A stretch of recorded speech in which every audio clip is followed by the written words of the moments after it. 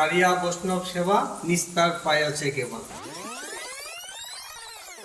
আজকে খুব বৃষ্টির জন্য প্রভুজি কাজে যেতে পারেনি, তাই প্রভু বলল যে চলো তোমাদের একটু সেবা করি, তুমি সারা বছর ঘরে রান্নাবান্না করে আমাদের সেবা করো, তাই আজকে আমি একটু রান্নাবান্না করি। তো আমি যথারীতি প্রভু একটু হেল্প করেছি, একটু গুছিয়ে গাছিয়ে দিয়েছি। এবার প্রভু রান্নাঘরে এসে গেছে রান্না করতে। দেখো কী কী আইটেম রান্না করেছে লাচ্ছা পরোটা। দেখো কত সুন্দর সত্যি লাচ্ছা পরোটাগুলো। আচ্ছা, তাছাড়া ছিল লাচ্ছা পরোটার সঙ্গে কাশ্মীরি আলুর দম। আচ্ছা, এছাড়াও যেটা ছিল সেটা হচ্ছে গিয়ে পনিরের কাটলেট। কত মচমচা হয়েছে দেখো, আমি একটা ভেঙে দেখাচ্ছি তাহলে বুঝবে। পনিরের কাটলেট ছিল, আর তার সঙ্গে এছাড়াও ছিল স্যালাড, কারণ কাটলেটের পাশে যদি একটু স্যালাড না হয় তাহলে তো কীরকম লাগে না, স্যালাড ছিল। আর কাটলেট দিয়ে পাওয়ার জন্য ছিল 2 রকমের সস।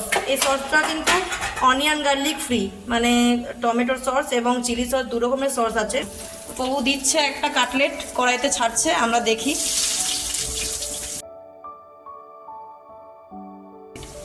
তবে এরকমভাবে যদি প্রভুরা মাতাজিদের একটু সেবা করে তাহলে কিন্তু মন্দ হয় না ব্যাপারটা, তাই না?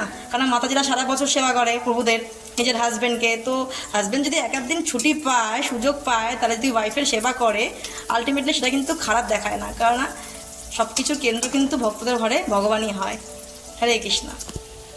প্রভু যখন পরোটা বেলছে লাচ্ছা পরোটার জন্য, এবার তাওয়াতে দিয়ে ছেঁকে নেবে, তারপরে পরোটাগুলো ফ্রাই করবে।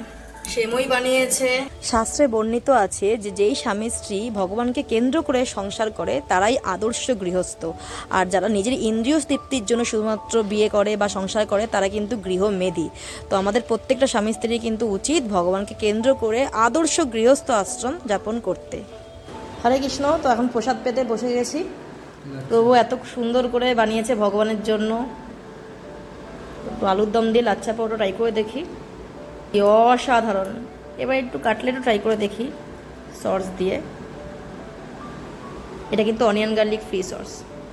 কাটলেটটাও কিন্তু ছিল অসাধারণ।